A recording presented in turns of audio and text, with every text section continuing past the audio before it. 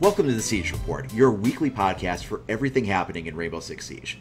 I'm Icy Cat, and as always, joined by my co-host, Nukem Dukem. We're going to talk about the latest news, info, leaks, in-game, while also getting the perspectives of our new weekly guest. So who do we have joining us this week, Nukem?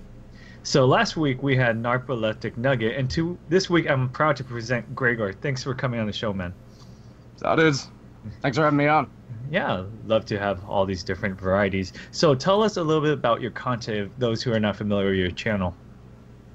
I try to make a very complex game like Rainbow Six Siege into something that that average people can understand. Kind of put it into layman terms and add a dash of humor to it. That's basically what I do. Okay, so do you? I saw that you stream a couple times as well. Do you enjoy streaming as well as creating content? How does it balance out? I love streaming. It's a really good way for me to interact with my audience. I recently set up a Discord server, and people have been rolling into the Discord server nonstop. People go in, they chat with each other, they play games with each other. It's a community now, And some of the most fun times I have, doing this, are my community streams where I just set up a custom game and I bring some of my fans in and we just kind of do some wacky kind of game types that we come up with on our own, like, magnums only. They had this idea for a Chonka raid boss, where we would take the Chonka and then a whole bunch of recruits with shotguns, and they would just like surround him and try to protect him from all the other recruits that were trying to get him. So if you get Chonka, you win the round, right?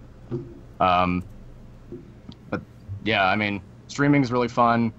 I like to make content that's entertaining as much as it is informative. That's the bottom line. I see you do a lot of humor-based videos, and I especially have enjoyed like some of your operator videos. Like you had one for a breakdown that you did for Jaeger. You titled it "How to Play Jaeger, the Speedy Spawn Peeker," or your "How to Play Valkyrie" was "How to Play Cam Girl." Mm-hmm. Yeah, I have nicknames for all the operators, or just about all of them, pretty much. And nicknames for all the gadgets and stuff, like Mute. He has little Comcast routers by Linksys. Puts down and they jam everything. I kind of got the idea for the gadget names from Brian Regan. I don't know if you guys are familiar with him, a stand-up comedian. Mm-hmm. So he had this whole bit where he was talking about military designations for equipment that was like really, really integral to military units running efficiently, right? And you got these things like Tomahawk missile, Apache helicopter, and then they came up with the two-way radio communications device. So what are we gonna call it? A walkie-talkie. Right, so it's kind of the same idea there, This is called the whammy kablammy. Yeah. Right.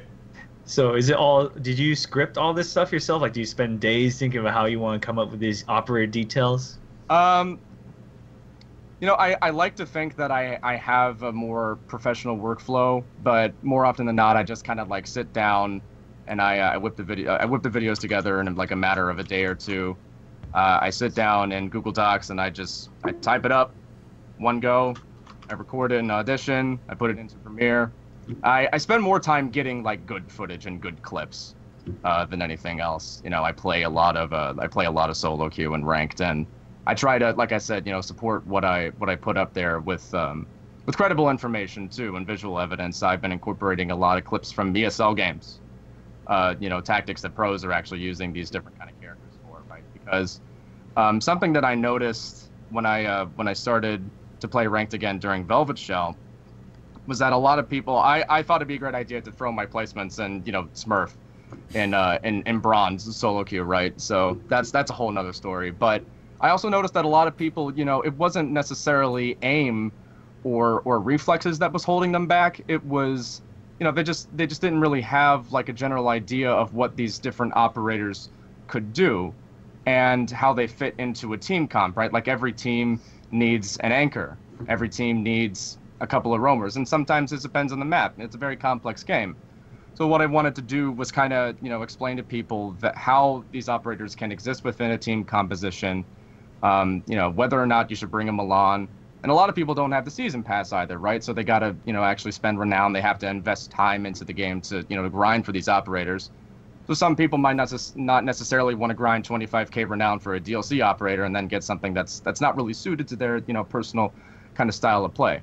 So, I try to contextualize everything as much as I can. Well, speaking of all the various operator compositions that you're talking about, we have 3 new operators that have been kind of revealed or actually leaked within the last couple of days here. They look cool. They look really cool. I'm excited. Yeah. So we've got a few of them here. So let's go over. We've got the Hong Kong Defender goes by the name of Legion. The Hong Kong Attacker goes by the name of Ying. And then the Polish Grom Defender goes by Ella. So, just based on kind of some of the things that we've seen so far, I mean, I'm just really interested to get both of your opinions on how do you think these new operators are going to change up the game with what they kind of bring to the table? Well, should we go over their potential abilities?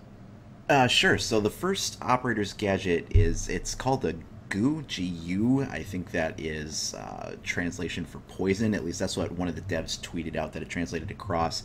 And it's some kind of a cloaked toxic mine. It's injecting a compound which injures opponents and limits their speed. The other one for Ying is it's called a Candela, which it says it's a cluster of flash charges that can either be anchored on surfaces or rolled out as a grenade. And then finally is Ella. I am not even going to try to pronounce how to say this mine. It is GRZMOT. Somebody that speaks fluent Polish can probably say that no problem, but I can't. What it is it's a concussion proximity mine, and it can be attached to surfaces. It impairs hearing and causes dizzying effects, which sounds a lot like what Echo's drone can do. Mm-hmm. All right, with all that said, what do you think, Gregor? I love every single one of these operators. I really do. Like there's so much like strategic play here. It's we had Jackal, who was an operator that his ability was what mainly entailed making it easy for him to frag roamers, right? And Mira was a very strategic operator. But what I'm looking at here, I'm really interested to see how people get creative with like the placement of the mines, especially for Legion. I think he's going to be very popular because of limiting speed, which is as most people know, speed can be very crucial in a gunfight. It makes it very difficult for rushers like Ash, IQ, etc. to get into objective rooms and duke it out. I really think that Ying is going to bring a lot to the table because what she's doing is these are all support abilities, right? These all entail incapacitating other players basically, and so it's kind of you get like a high reward for managing to get it off, right? You get a high reward for Echo managing to get his drone off on somebody. So, I mean, I'm obviously not going to be able to visualize all of this, psychically. I can't really say, whether or not these are going to get like really high ESL pick rates and so on and so forth. But well, it seems to me what they're doing here is they're intentionally altering the meta of the game because you see these meta shifts, and Ubisoft will then respond to them as needed. So the first real big one we saw was back in Skull Rain when we got Kveda, and then all of a sudden every team was composed of like her, Pulse, Jaeger. Everybody was roam heavy, and then it was the aggressive roaming and aggressive rushing. And then the last 2 seasons kind of haven't seen too much of a response to that. Jackal was almost meant to be kind of an anti-roamer a little bit, but this seems really targeted at now shifting the meta towards slowing things down. Those aggressive rushes, those aggressive pushes, and maybe kind of bringing it back in a little bit more to a slightly slower pace. Which I think is going to make Pro League matches a lot more interesting to watch, for sure. I like operators like these because like I said, people can get creative with it, and there's no like limit to what you can do with them. It's interesting that they say that Ying can anchor her flash charges. I don't really know what that means. The way I kind of read that to be was that so I think she can place them on a surface like almost think of like maybe a smoke canister, how he can throw it out and it'll attach to a surface. But I think and then she can detonate it. And then detonate it, right. Yeah.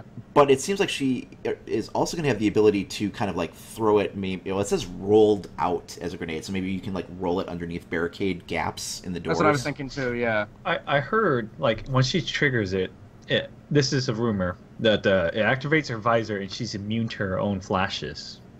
So she could roll That it, makes sense. detonate it, and then just rush in while it's all detonating. That would make her very deadly. It'd be kind of like Blitz. Incapacitate an enemy, and then it's just easy to frag them. Yeah, for sure. I'm curious to see if they'll do anything. You know, there's a whole operator that's dedicated. Well, you have Ying, and if I read right, yeah, Ela has these dizzying mines. But the flashbangs, I guess, this like flash cluster charge that Ying has, kind of got me thinking about how flash grenades like work in the game, mechanically speaking. Mm-hmm. And I know that they're very powerful when they work right. But I've definitely had a lot of instances. I've seen a lot of instances where it looks like somebody is like standing right next to the thing, and then just like nothing happens. So I don't know if UB like might plan on tweaking that a little bit. I don't know. Well, I think some of what that is that, you know, somebody sees that icon come up that tells them a flash grenade has been tossed in. They'll turn away from it, or they'll try to get out of a range from it, or, you know, put a wall between them and the detonation. And I think with a cluster charge, I mean, really all we have for basis of comparison is Fuse's cluster charge. So if this is, you know, launches out, you know, 4 or 5 of these things and kind of spreads them over a wider area, yeah, it's harder to kind of avoid that flash effect then. Mm-hmm.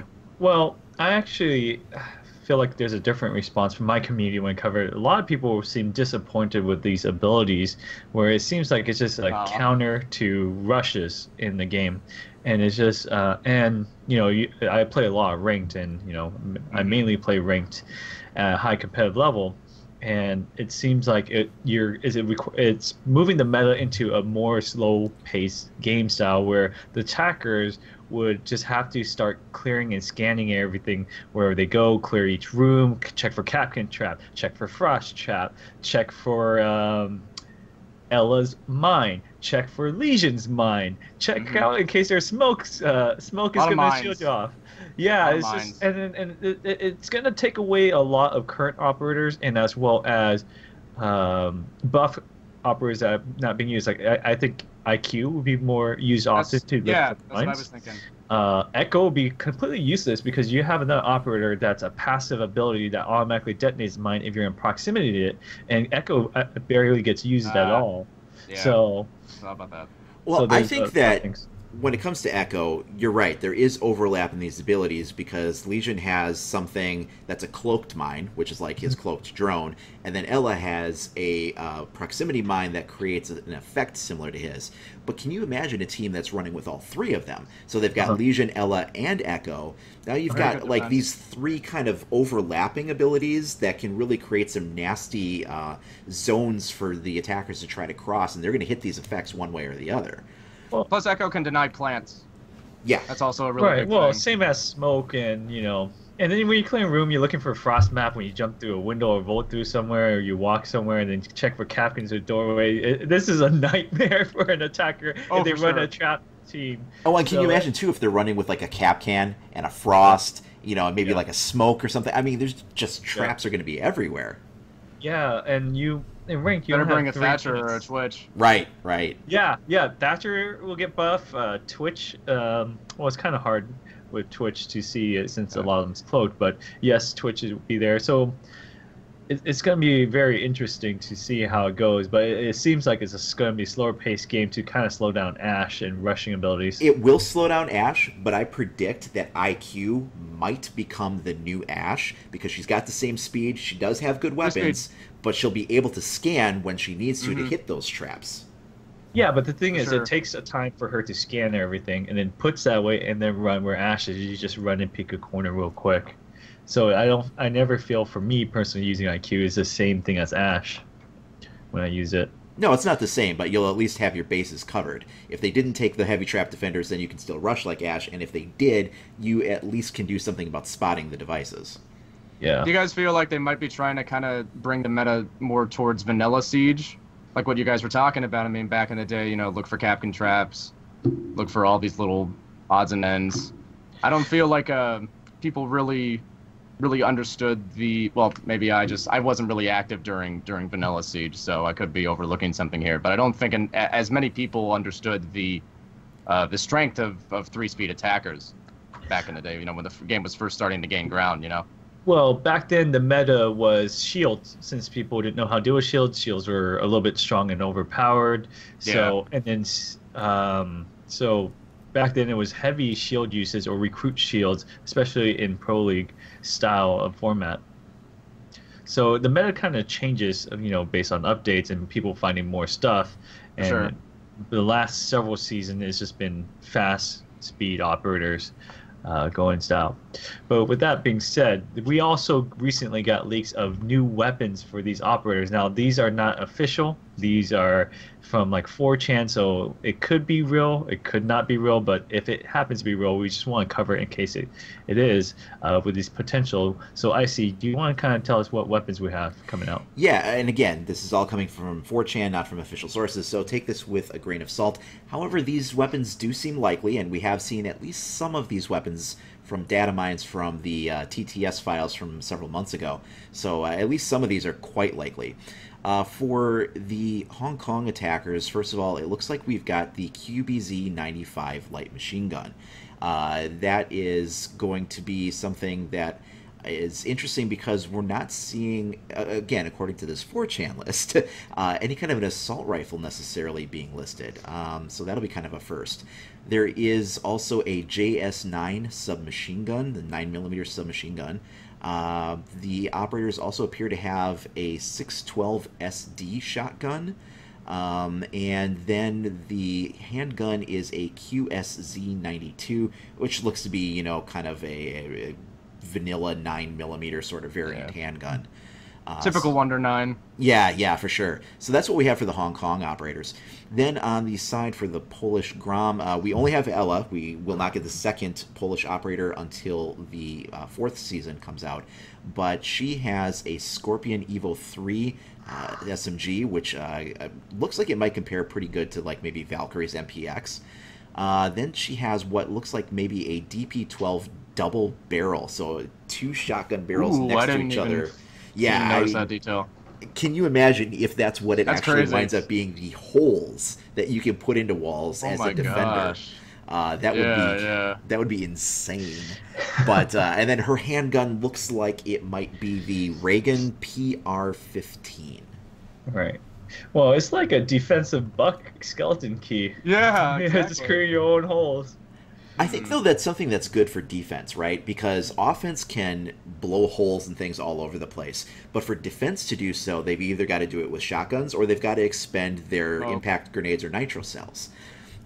If you use your shotguns to break down holes in walls all over the place, I mean, you can use most of your ammo supply doing that.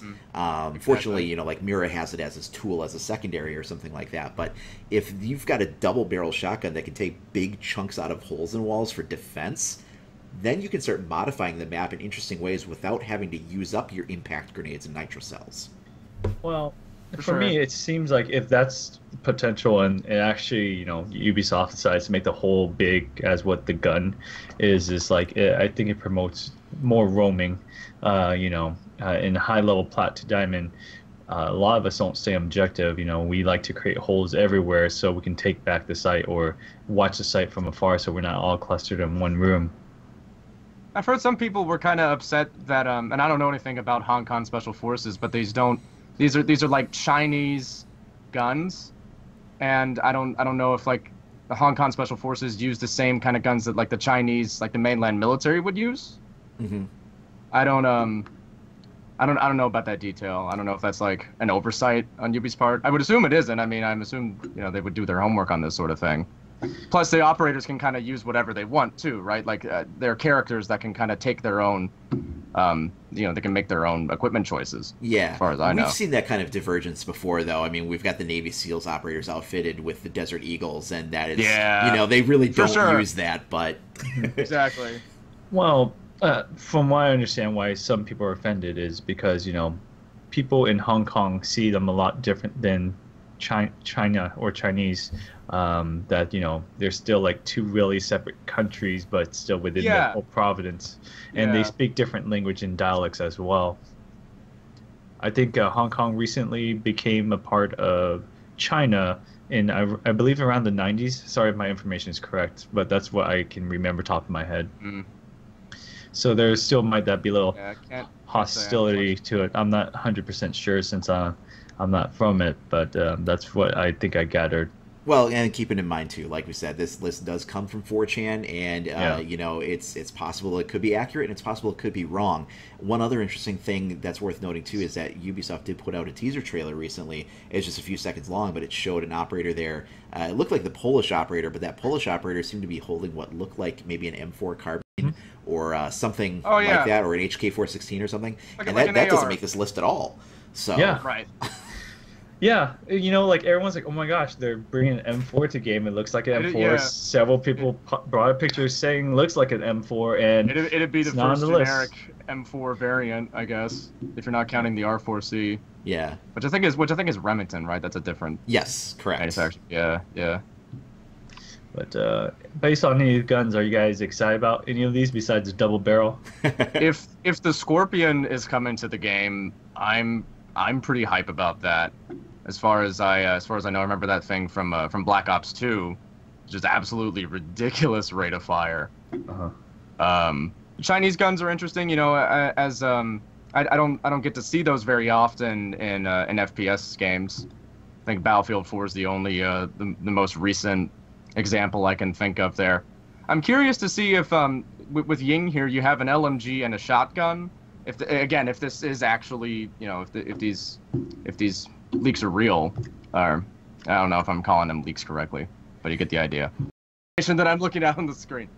If it's an LMG and a shotgun as primary choices, that's not an AR, right? So that's not typical for attackers. Yeah, that's one thing that gives me pause on this list is where's the assault rifle on that? Now, what we could see is the JS9 SMG might be shared between attacker and defender. I mean, Jackal That makes actually sense. had a Yeah, Jackal has an SMG, you know. So, But the thing is, the QBZ95 was part of the data leak that we found in the TTS servers, and a lot of those files that was found was real too. Turned out to be real. That's how we found out about the Dazzler, the Calthrop, the Pulse Elite skin. Right now we're missing the Capital Elite skin, but so it does have some validity. but that brings up an interesting point in and of itself, right? Because Dazzler is now Ying and Caltrip is now Legion. So they did make some changes based on those files that had been found originally. So, you know, just because we saw the QBZ in those data files doesn't mean that it won't have gotten a change by the point it releases too.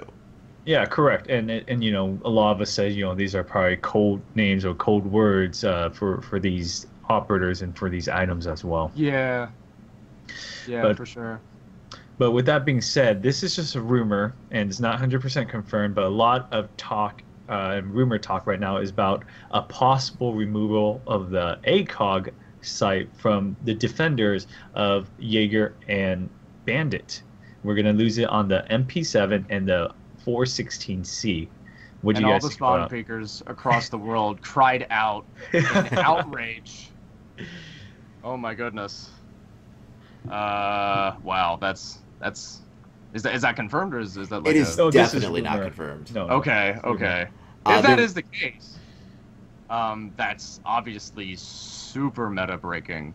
Like, I mean, that's just kind of their forte, especially Jaeger. I made a video where Jaeger the speedy spawn peeker.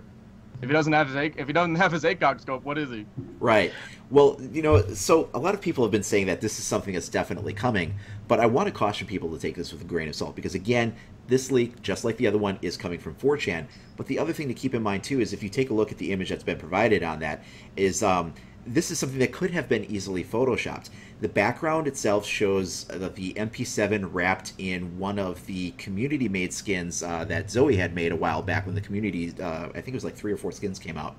So that was that image, and then we've got a PNG file rip, you know, which is just like a transparent background of each of the 2 operators on either side, and then the cutout of the ACOG site on there.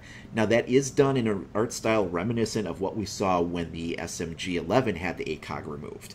So this could be something that's recreated in that style. Frankly, it would be very easy to do. None of these are like exclusive art assets that we haven't seen before. These are all currently existing art assets compiled into an image. And it's very easy to Photoshop the text to say anything you want it to.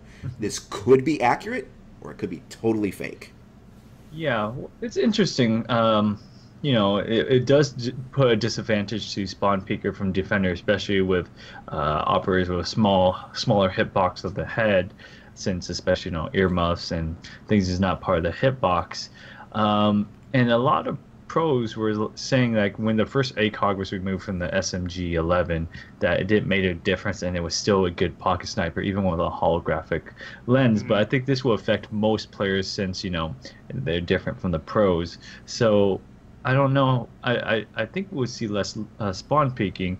Plus, it makes Ubisoft do less work having to make sure they cover all the spawn peaked everywhere as soon as you spawn in instant death as well. Yeah, with the spawn locations. I don't know. It's if they do decide to go with it, it'd be an interesting change, but I don't know if it'd be like particularly necessary either, because I feel like there's a lot of things that attackers can do to counter spawn peekers. Glaz is very good at countering spawn peekers. I mean, he has the most high-powered scope in the game. What's an ACOG comparatively, right? Mm-hmm. Sure. The other thing too is, and it kind of goes into what you were just saying. What is this really going to change? I mean, are people not going to spawn peek just because they don't have an ACOG? I think people that are prone to doing it are still going to do it. People that are plus the AR is still a very powerful weapon. Right, for sure. It's very stable, very accurate. So I think you're still going to be able to pull off these kinds of shots with, like, for instance, the hollow sight. So is this necessarily going to cure the problem that it sounds like it might be trying to solve? I don't know that it would. And people they still peek with other operators besides Bandit and Jaeger. I mean, they peek with Valkyrie's a very common kind of operator for that, especially with the cameras, because you have the location of an enemy, and then it's really easy to just get the drop on them. Right, and let's not forget Rook and Doc. Close range sights. Yeah. It's just like, one of those bandage on the Operation Health revolver gun. Just fix it a little bit, but not really solve the issue too much. I don't know. I feel like if UB wants to address the spawn peeking problem, which, as a relatively casual competitive player, I guess I could say that. I always approached it from a very logical point of view. You're entering into a building with armed combatants who would very much not like you to get into the building and, defuse their bomb or take out their hostage or whatever, right? So logically, you should expect people to be shooting back out at you from the building, right? I mean, that's just kind of my perspective on it. But I feel like if UB wants to address that as, this is the problem. The game testers have talked it out. Everybody in the focus groups have said, we need to address this. Then they should probably add operators that have a particular niche at countering that, right? I don't think that they should necessarily have to go around and, change these, really, really core aspects of the meta, like removing ACOG sites, especially considering, like where does it stop? It's like, oh, okay, well, they're 3 speeds, so they can kind of get away with it a little bit more easily. But then Doc, Rook, Echo have 3 armor. So if you don't get a headshot on them, they're kind of hard to kill, right? It seems like a kind of never-ending kind of meta problem, right? I feel like there's a lot of answers and questions involving this particular topic. Well, I feel like spawn picking should be in the game, as long as it's not like insta spawn and you kill. Like, it's easy to counter spawn pick if you know and you drone properly and set up your drone properly, and you know to look out for that every time. I think the possible removal of this and new operators is just to slow down the game and like slow down the 3-speed operators. Like Ash is gonna have a tougher time. 3-speed operators is gonna have a tougher time rushing in, and defenders gonna have a tougher time to pick off people spawn killing. So it seems like that's the direction Ubisoft is moving. If this is to be the truth and the correctness of it. I don't know. What do you think, Icy? I think that's definitely correct. But, to my earlier point, I don't know that, taking away the ACOG is necessarily going to help achieve this any more than it would any other way. I mean, so what? You're going to take it away from, the 2 fast operators? Well, then, Rook and Doc still have their ACOGs and they'll put it up yet. But, we'll see the way it winds up transitioning in the meta of the game and how smooth it winds up making things flow. Given all of these changes, though, that we're seeing come, Gregor, what kind of changes would you like to see implemented in the game? Like, if you could change anything up, what would it be? First thing I would do, and this is coming from a guy who grew up with the golden age of Halo 3 custom games. And one of the things that I think kept Halo such a remarkable part of my growing up, all through like middle school and high school, was custom games and the community driven aspect of it, the Forge, the theater mode, things that help the community kind of interact with the game and make an experience for themselves with assets within the game. And this is also something that I've come across, doing community streams, because during my community streams we like to come up with fun little rule sets for our sessions, right? But it'd be really, really cool to just like go into the game settings and then tweak them a little bit. Maybe you could have different characters that had different kind of like health values and movement speed values. The possibilities here are endless, right? If you just kind of put it in the hands of the community and let them do whatever the heck they want with it, I think the devs at UB would be pretty surprised to see what people would come up with, for sure. Mm-hmm. I mean, imagine 5v5 Chanka. Like that's crazy, Like I would love to see that. I'd love to do that on my streams too. It would be the slowest moving game ever. Right, for sure. It's really interesting is that back during the Rainbow Six Invitational, the creative director and the brand manager were interviewed and asked about additional game modes being added into the game. And they said, no, we really feel that there's 3 modes that do a good job of representing the gameplay that we see with asymmetrical attack defense, and we don't want to dilute that by adding more game modes in. Now, I can understand what he's talking about from an official perspective. I might like to see a new mode or 2 possibly, but I get what they're coming from. But to your point, it'll make it easier on the dev team too. But to your point, in a custom match, you're making it. It's community made, and that's fun and that's interesting. I mean, why not? Yeah, the devs don't have to do anything. Right. Yeah. I think Counter-Strike does this, where you can actually create your own custom maps, and if somehow it works with the UB engine, fans can create their own match, and then they could create some really good maps that people want to play, and actually maybe Ubisoft recognizes, like, hey, this is a great map that people love. Maybe we can add it to rotation list in ranked to see how it does, or put in casual and then see if it's good enough to move to a ranked and maybe the pro league.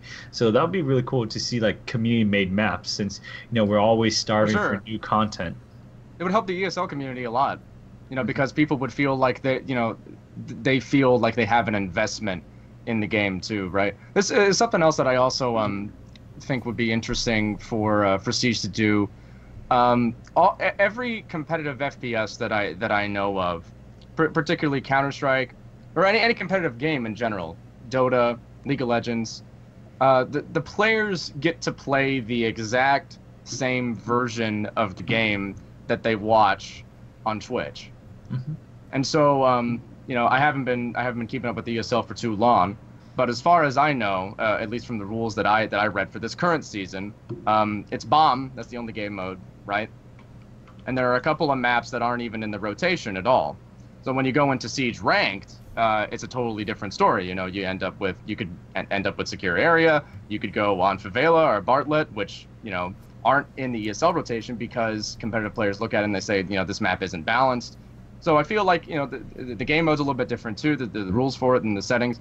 Round limits. So I feel like if the players were able to feel a little bit, closer to what the pros are doing and these pro teams that they're watching, they would feel a little bit more invested in the competitive community, and I think the competitive community would grow larger. Mm-hmm. For sure. I've definitely seen with some of the older Rainbow Six games. I used to play a lot of Raven Shield. And that was a really fun one. But one thing that kept that game going for years, I think it lasted like 12 years after the game was released before they finally shut off the servers for the official servers, was the community-made maps, to your point. So I think that having community-made content is a really great way to continue interest in a game and keep things fresh and interesting that the dev team doesn't necessarily need to put resources into doing. The only thing that I would caution is that with the nature of the game and how you can destroy walls and floors and make lines of sight and angles, is that you could wind up with some things that were stacked in a way to become unfair and people wouldn't necessarily be aware of until it had been discovered. You know what I mean? So I think it would be a great idea to have custom levels and things like that that are fan made in casual or well, definitely in custom playlists. maybe even in casual playlists to a degree, but I think you would really have to be careful to move that into ranked and pro league matches for those reasons. Yeah. At least that's my thought. Well, has UB ever? Sorry, go ahead. Well, the thing is, let's say they allow you to play custom, and it's they have servers to allow people to join custom. Would that split too much of the community when it's like during non-peak hour games where people can't find a regular casual or ranked match? Because I struggle with that on the PC side. Sometimes West Coast or East Coast server, and that's why sometimes you see teams, will go to a different country server and it'll be that's an interesting point. Too. Yeah, that's an interesting point for sure. It would depend on how large the population of the game gets, right? Like, Halo and CS:GO I don't think are very fair comparisons in terms of player population size, right? Because CS:GO was massive, Halo was massive, right? So okay, but it's something to think about. Very awesome. Gregor, it was an honor and pleasure to have you on this podcast this week. If people want to check you out, how can they reach you? The best way to do it is to join my Discord server. That's probably the best way to do it, honestly. I also have social media links that you guys can follow. You can add me on Twitter. Obviously, subscribe to the channel. When the videos come out, get to see them right away. I'm totally open to contact with people. I get a lot of PMs nowadays, but the best way to probably reach out to me is email. I do check my email every day, and I try to answer all of them if I can. So that's greg.havener@gmail.com.